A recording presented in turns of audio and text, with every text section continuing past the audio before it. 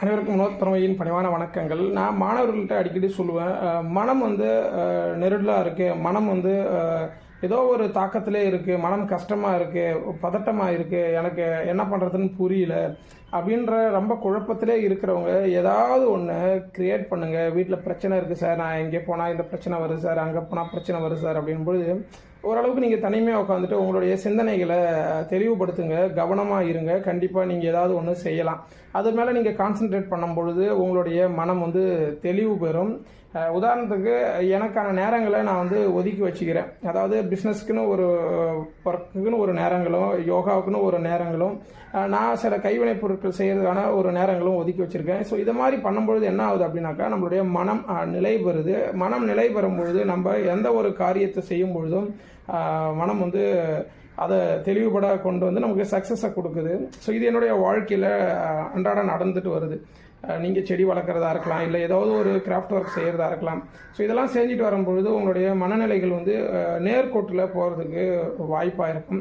So நமக்கு எந்த ஒரு கெட்ட பழக்கமும் இப்போ இல்லாததுனால நம்ம என்ன பண்ணுறோம் அப்படின்னாக்கா, கலை மீது ஏதோ ஒரு ஆர்வத்தை வச்சுட்டு இப்போ நம்ம ஆற்றுக்கு போகும்பொழுது சின்ன சின்ன மொழிங்கள்லாம் கிடக்கும்பொழுது அதை எடுத்துகிட்டு வந்து என்னென்னலாம் பண்ணலாம் அப்படின்ட்டு யோசிப்போம். ஸோ என்னுடைய நிறைய படைப்பில் இப்போது ஒரு படைப்பு ஒன்று பண்ணியிருக்கேன். ஸோ நல்லா இருக்கான்னு பார்த்து சொல்லுங்கள்.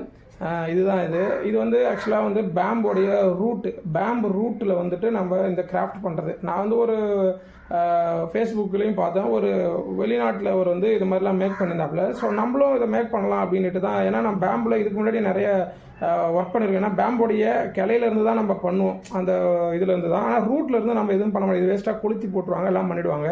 ஆனால் இது ரொம்ப பவர்ஃபுல்லானது, வுட்டு வந்து ரொம்ப ஸ்ட்ராங்காகவும் இருக்கும். ஆனால் கூடுதலான வேலைப்பாடுகள், நிறைய வேலை செய்ய வேண்டியதாக இருக்கும். எப்படி இருக்குன்னு பாருங்கள். இது மாதிரி நிறைய ஃபேஸ்லாம் செய்து நம்ம வந்து இதையுமே நம்ம சேல்ஸ் பண்ணலாம். இதையுமே நம்ம வந்து வீட்டில் இன்டீரியர் டிசைனில் நம்ம அழகாக செல்ஃப்லாம் வைக்கலாம்.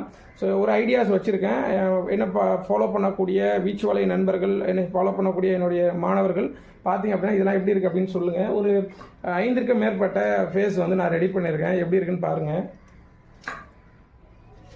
ஸோ இதெல்லாம் நல்லா இருக்கான்னு சொல்லுங்கள். இதெல்லாம் வந்து கொஞ்சம் மிஷின்லாம் தேவைப்படும், கொஞ்சம் அதுக்கெலாம் நம்ம பர்ச்சேஸ் பண்ணி தான் பண்ணுறோம். ஆனால் அடுத்த பதிவு வந்து உங்களுக்கு நான் எப்படி செய்கிறேன் அப்படின்றதுமே காட்டுறேன். இதை ஃபேஸ்லாம் கொண்டு வரதுக்கு கொஞ்சம் நம்ம வந்து கான்சன்ட்ரேட் பண்ணி நம்ம கொஞ்சம் மைண்டில் அதை ஏற்றிட்டோம் அப்படின்னா நம்ம மாடலாக நம்ம வந்து டிசைன் பண்ணலாம். பார்த்தாலுமே உங்களுக்கு தெரியும்னு நினைக்கிறேன். நான் அடுத்தடுத்த பதிவில் உங்களுக்கு காட்டுறேன் எப்படி இருக்குது அப்படின்ட்டு. ஸோ இதெல்லாம் இனோவேட்டிவ் தான். நம்மளா வந்து க்ரியேட்டிவிட்டியாக நம்ம பண்ணி நம்மளா வீட்டில் வச்சுக்கலாம். இல்லை நம்ம நண்பர்களுக்கு ஏதாவது மேரேஜ் ஃபங்க்ஷன் அப்படிலாம் கிஃப்டாக பண்ணலாம். முடிஞ்சால் நீங்கள் அதிகப்படியாக இருந்ததுன்னா நீங்கள் விற்பனையும் பண்ணி உங்களுடைய வாழ்வாதாரத்தை மேன்மைப்படுத்திக்கலாம். என்னை பார்க்கக்கூடிய மாணவர்கள் தெரிஞ்சுக்கங்க. ஸோ இது மாதிரி